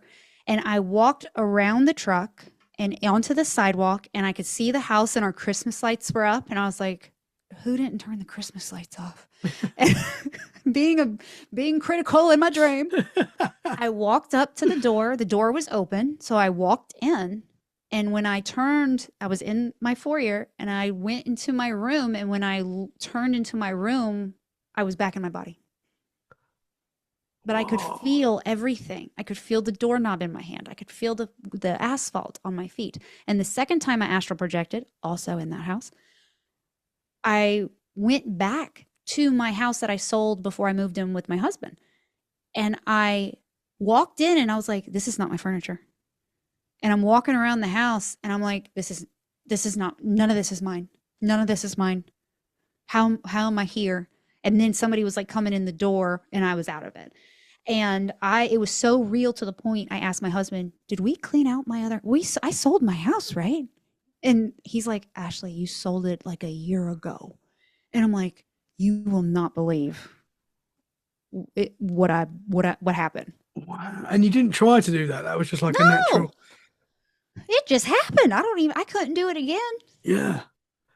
Which you hear a lot with astral projection. It's like there are some people that seem to be able to control that. Yes, But yes. some people, like, once they realize they're out their body, that's it. They're straight back in. Yeah. It's a muscle. You can practice it, you can work with it, but I have not. Yeah. It kind of scares me. I kind of think if you're out and what if you can't get back in, and then what does that mean? Right. Yeah, it's the idea of it is freaky. The times I've done it, all of them have scared me. Yeah. You know, it's now there is something that I can't always do. I tell people my gifts are not consistent. They're not strong. They kind of suck sometimes. But if I focus long enough, if I am calm and am in a like almost like a meditative state, I can check in on people and kind of get a feel for how they're feeling. Mm-hmm. And I think my mentor called that remote viewing. It's kind of like astral projection, but it's not so much astral projecting. You're just kind of like checking in. Yes. And so I've done that before, but I do that with my husband when he's at work. I can usually tell what's going on. See what he's doing, if he's having a good day. Yeah, I usually know. And I'm like, oh, I don't know if I want to text him right now. I don't know. I'll wait. It's not a good time. It's not a good time. Mm-mm. Wow. Yeah. And It's so interesting. my girls think I'm crazy because I've gotten them a few times. And my daughter, who's the skeptic, she was in her room and I was like, hey, Daisy, come here for a minute. And she was walking in my room and I was in my bathroom and I was like, green. And she's like, what about green? I was like, whatever you were looking at in your room was green. And she froze and her mouth fell open. She left my room and she came back and she had a necklace that was tangled up with a green heart on it that she was trying to untangle when I called her. Whoa. So when it works, but it's never on point. Is it like that word just comes to you, or can you actually see what? It's just, I'll just all of a sudden be hearing like green, green, green, green. I'm like, why in the world am I hearing the word green? Whoa, Like, so you're not even trying, it's just happening. Yeah, and I can't control it. And if you ask me to do it on command, I can't do it. Wow, that's because I have interesting. like people, like other mentors or other psychics and stuff. They're like, well, what about this? And it's not like, what am I thinking of? Because that's crap. It's the like, because they'll know like a piece of information and they're like, okay, so who do you think it is? Like, what are you feeling, like man, woman, whatever.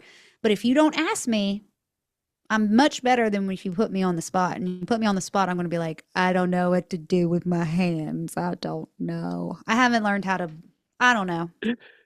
Yeah. Well, we know how governments use remote viewing. Like it's actually a part of military, and that it's something that they study as well. People can do it. It's very strange. Maybe it's something that's going to grow for you. And do you think it's going to be something that more things are going to happen as you open up to this more? You know, I told somebody last week, because they had asked me, like, what is my goal with them? And I'm like, I don't know. If they grow more, then that's great. If they don't, then that's fine. If they do, I would like to help people. I've been told by multiple psychics that my purpose with my gifts is to help people cross over. I don't know if that's something that I would be comfortable doing. At this point, I'm not. But what I find my gifts have been bring comfort to people who have lost people, because I can pick up on how they're feeling and I can pick up on their loved ones. Last night I had an interview and I get nervous about asking people about their loved ones because I'm like, 1, I don't want to be wrong, and 2, I don't want to look stupid, and 3, I don't want to upset them. But she was talking about somebody in her house and my ears started doing this thing. And I was like, she brought it up and I was like, who's in your room with you? Because I can feel them. Like, do you have people in your house? And she goes, oh yeah. She's like, yeah, there's no telling. And then she said something. I was like, is your dad departed? And she's like, yes. And I was like, he's with you and he's very proud of you. And I don't know where that came from. It just kind of comes out. And I made her cry. Oh, wow. I made her cry. Wow. Happy tears. I don't know if they're happy.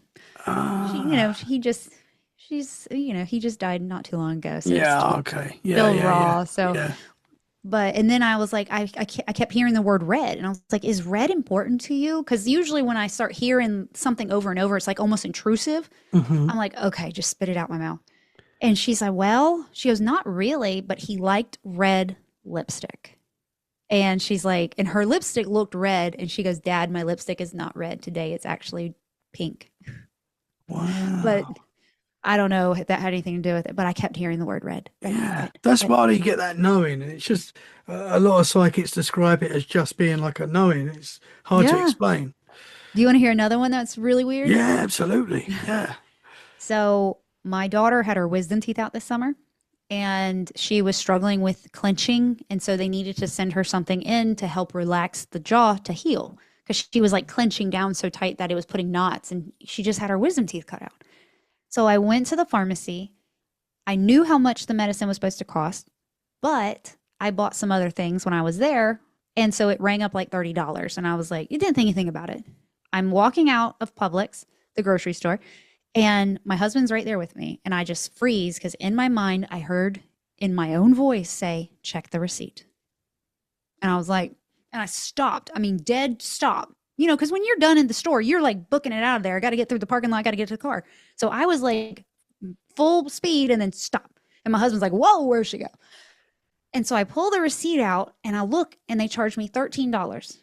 And I was like, it was only supposed to be 90 cents. So I pulled out the bag. They had given me a man's heart medication. They had given me the wrong prescription. And I know this sounds terrible, but at the point we were, she had not slept in a few days. I probably would have just gone home and given her one, just try to help her be comfortable. Hmm. And the fact that scared me because it's like, I know because she's in so much pain, I would have just been like, here, take this. This is what the doctor called in for you, That could have killed her. Whoa. Yeah. And I went to the, check the receipt. That's all I heard. Check the receipt. And it was so crystal clear and it was so loud. I mean, it was almost like I said it myself. Yeah. And when I walked up to the counter and I handed it to her, she looked down. I was like, you gave me somebody else's medication. And the lead pharmacist looked at her and I was like, Oh man. and I didn't say anything because I knew she was going to get her. I knew there was going to be more to say after I left. Yeah. Yeah. She's in trouble. Whoa. So I mean, you may have got home, not even checked that. Yeah. And that's wild. Which is horrible. But when you're dealing with somebody who's in pain Mhm. and you've been dealing with it for days, you just want them comfortable, You wanna help. like, Yeah. yeah. Yeah. And the doctor called it in. The pharmacy gave it to you. Yeah. Wow. It is wild. It's so hard to like understand why this happens, but it's amazing. Yeah. Oh yeah. When stuff like that happens, I'm like, woof. Like Yeah. when we were in Salem, I was talking to. I want to go to Salem so bad. I was let down. Go and you Really? I don't want to talk about it. I don't want to taint, you it's great. You go. Yeah. No, tell me. Well, it just was very touristy. And Yeah. I think that if I had known that more and like gone in, maybe talked to somebody who's been and know where to avoid and where to go, it would have been a little different. But we just went for our anniversary and we did a day trip. So it was interesting. It felt like we were in Myrtle Beach. And if you don't know where Myrtle Beach is, it is a trashy beach in South Carolina. Oh, really? It's not as trashy as it used to be. So nobody come at me. Okay. Back in the 90s and 2000s, it was trashy. Yeah. So, but it's very touristy. It's like a tourist trap. A lot Mhm. they've really leaned into the witches and they've really leaned into that, even though nobody there was a witch that was killed, so it's more commercial and, it's money, it brings them money. It's a huge money maker. So of course, do what you got to do, Yeah. but it wasn't, I didn't love it, but I did a tour with one of the people that I follow on TikTok who does tours in Salem and she's amazing. So knowledgeable. And she was talking about one of the ghosts that she encountered. And green. And I was like, I think his favorite color is green. And she said, funny you say that. I gave him a green ball. So Oh. Yeah. How can you explain that? I don't know. Yeah. It's It just wild. happens, but it never happens. Like, what are the lottery numbers? Never know that Yeah, answer. if you ever get them, send them over. I will let you know. We can share it. But yeah, never get stuff like that. Never get anything that's, I mean, the receipt was helpful. That was really helpful. But, you Yeah. know, usually it's just like the Mhm. other day, my ex boyfriend's name popped in my head and I was like, ugh. And then the next day, I had a friend request from him on Facebook. And I was like, Oh boy. no, That's weird. Yeah. delete. Stuff like that happens. I mean, even you think even when like you think of someone Hmm. that you've not spoke to for a while, and then a minute later they're calling you. Yeah. That stuff like that happens, and Yeah. to me that is paranormal. Because how can Yeah. you explain that? It's like a psychic connection with Coincidence? that person. No, Yeah, yeah. it's not a coincidence. We're No, all like my husband and I do it all the time. yeah, we're all connected, man. Hmm. 100%. Yes. It's crazy. It's Going crazy. going back to Salem, a lot of people have said to me that it's better to go out of spooky season, like Yes. Yes. when it's a bit quieter. Some people Yes. say. So we went in September for our anniversary. And so the spooky stuff is just starting and it Mhm. was wild. But the owner of the Salem Witchboard Museum, he was on my show and he has told me do not go during spooky season because it will be horrible. You won't be Yeah. able to move. And I can believe it because just when we were there 2, 3 weeks ago, it was crazy. Yeah. It was crazy. I was like, oh my gosh, I can't imagine coming during like October. Yeah. Yeah. I bet it's It was, wild. That Halloween week, I bet it is oh gosh, yeah, wild. Yeah. yeah. And that's what Kim said. She said that it gets crazy, Mhm. like so busy. Yeah. But it's like one of the biggest Halloween hotspots, I would say. Like everyone, Yeah, Salem, Hocus Pocus, we all love yeah. Hocus Pocus, So it's just, Yeah, yeah. it is crazy. I mean, it was really cool. Lots of history, lots of, I'm a history Hmm. buff, so I Yeah, love same. history. Yeah. So tons of history. I mean, just Boston, everything up there in New England is Hmm. crazy saturated with history and sad history because you know the wars and stuff that happened up there. Hmm. But it was really we had a really good time. But Yeah. Salem, yeah, Salem was I think I expected something different and that's probably, why I was Yeah. like, "Oh, Maybe go out of season sometime and then yeah, see how it is. I want to live in New England. That's my goal. I feel like that's where I want to set up it's camp. beautiful." Yeah. Yeah. I loved it. I really liked Boston. I wasn't a fan of Fall River, but I really liked Boston. And like of all the places I've been up in New England, that's been my favorite, like so far. Oh, awesome. Yeah. Awesome. I've got to ask you, going back to the start of your experiences, you Okay. mentioned that there was a few. You had that dog experience. Was there Mhm. anything else that stands out as a kid? My grandfather passed away, my other grandfather, and he and I were not very close. And I was having a really hard time processing his passing because I knew I was supposed to be sad. Everybody else was sad, but I wasn't really all that sad. I was 13 and confused and, emotional anyway. And it was really late at night, 1, 2 o'clock in the morning, and I'm laying awake. Apparently, I've had issues sleeping my whole life, but I was laying awake, just processing, and then my whole room was engulfed in his scent, and it was like he was like, "It's okay." So Wow. that was wild, and like I've smelled smoke when it's not supposed to be there. I've smelled flowers. I've smelled skunk, which is terrifying because sulfa skunk is more of a evil energy.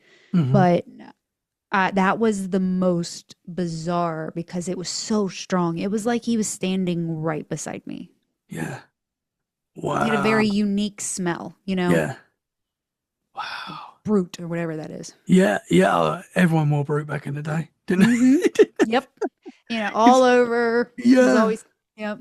Oh yeah. It was he was very clean. He was in the army for a very long time. So he was very strict with his hygiene and his just regimen. It was like clockwork. And so I would know his smell. Probably if I smelled it right now, I'd be like, that's grandpa. Yeah. That's cool, man. I've had that as well, where I just smell my granddad's out of nowhere, and you're like, Hmm. oh, There they are. granddad's it. Yeah. Yeah. Yep. And I had another one when I was 21. I I lived out in the middle of nowhere, so I went to my friend's neighborhood to trick or treat. Or not, I wasn't trick or treating. I was handing out candy at her house. And she started telling me about the neighbor's son that had passed away. He had killed himself. And she started talking about it, and I was like, I started feeling weird. And I was like, and I don't do scary stuff, believe it or not. I don't like scary stuff. I don't like horror. Like, I like spooky, but not scary. Like, don't jump scare me. I might stab you. But as she was talking, I felt those chills, that really painful chill. Like, it is different than regular chills. Like, I wish I could explain it. But if you've experienced it, you know, like, it is painful. And I was like, I don't like talking about this. Like, I think he can hear you. And I remember her just kind of like looking at me funny, like, what do you mean he can hear me? But she had told me that the parents had been having some stuff happen, stuff being moved, pictures being moved, flipped upside down. And I didn't know at the time that's like a prankster, like a little jokester, which makes sense for like a teenager, you know? Mm-hmm. So I went home, and as I was going home, I felt him with me in the car, and I was like, uh-oh. And I didn't know at the time. I just knew I wasn't alone. It just felt like somebody was riding with me. And I get home, and I get in my house, and I had a Jack Russell at the time. And I lay down in bed, and in my bedroom, I could see out the bathroom window, and I could see where the light was, and the light came on the back door. And I was like, uh-oh, I just turned that off. So I got out of bed, walked around, turned it off, came back, laid down, turned on again. I was like, mm-mm. I shut my bathroom door. I was like, I'm not doing this. Well, then my Jack Russell stood there staring at the bathroom door, growling, hair on end. And I was like, oh my God, he's never done that before. And I was like, it's okay. It's okay. I didn't sleep hardly at all because it just felt like somebody was standing in that corner. Like, what you doing? What you doing? What you doing? What you doing?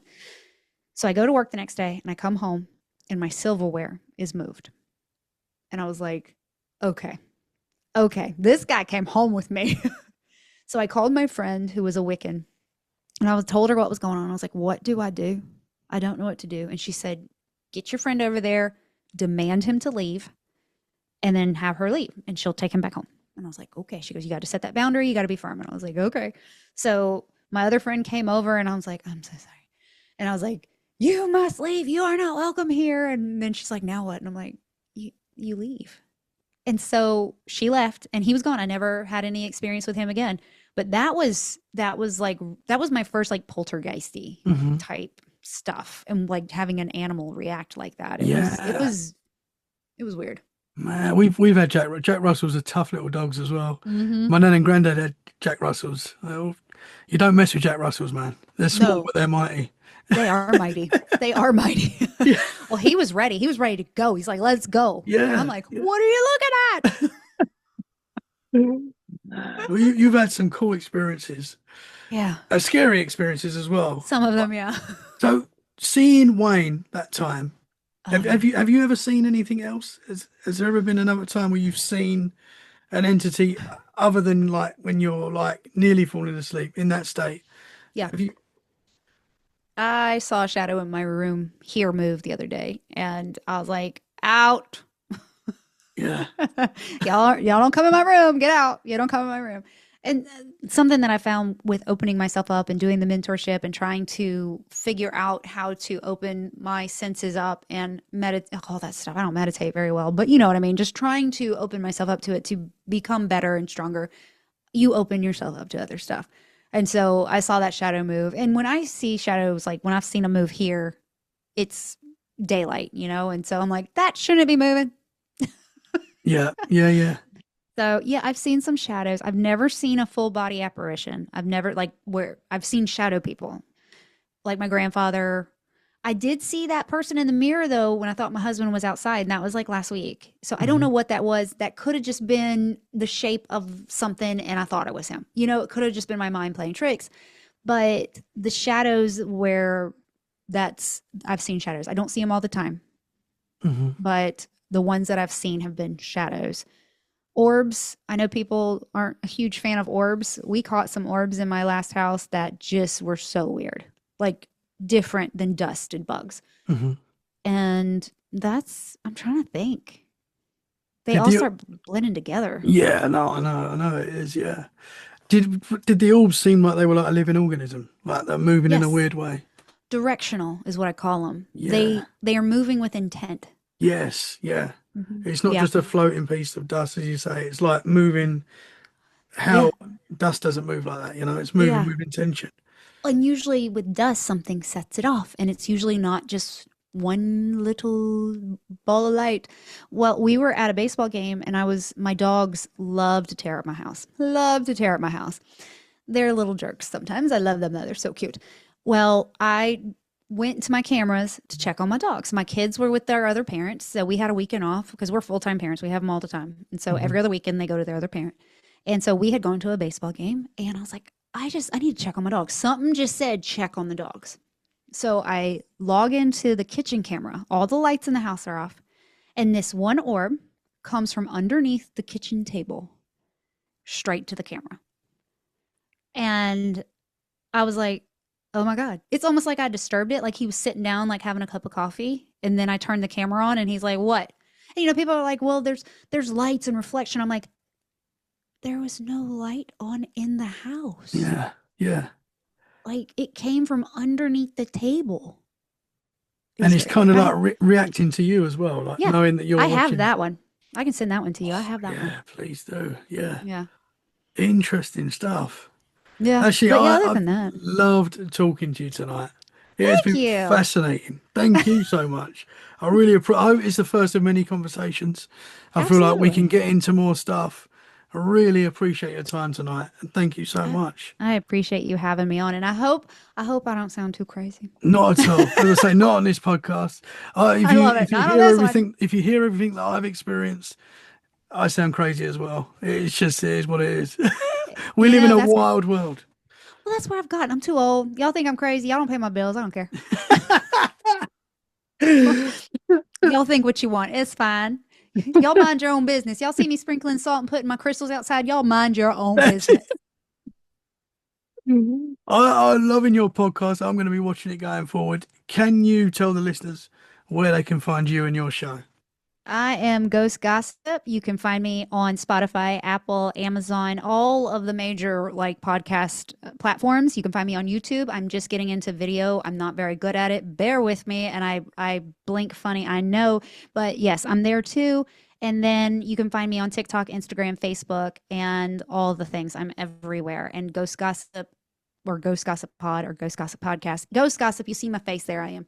And you can email me your Ghost Gossip at ghostgossip247@gmail.com. Awesome. I will share the links in the show description so people can go right now and check it out. Thank Right you now, so don't much. wait. Go right now. Right now. Thank you. 5 stars. Right now. Let's go. And that's what I tell them. If you don't have a 5-star review, you can send me an email and I will send it straight to my husband, who is my HR department. I love it. I love it. Well, thank you so much for your time tonight. As I say, hopefully the first of many conversations. Yes. Let's do this again. Yes. Really appreciate it. Sounds like you're going to have more experiences going forward as well. I hope so. I hope it hasn't stopped. Well, thank you. Thank you. Guys, thank you so much for listening. We hope you've enjoyed this episode. If you have, share it where you can. That is a great way to support the show. And we'll be back very soon for more freaky conversations. In the meantime, stay safe and keep it freaky. Bye for now. Thank you very much. Thank you.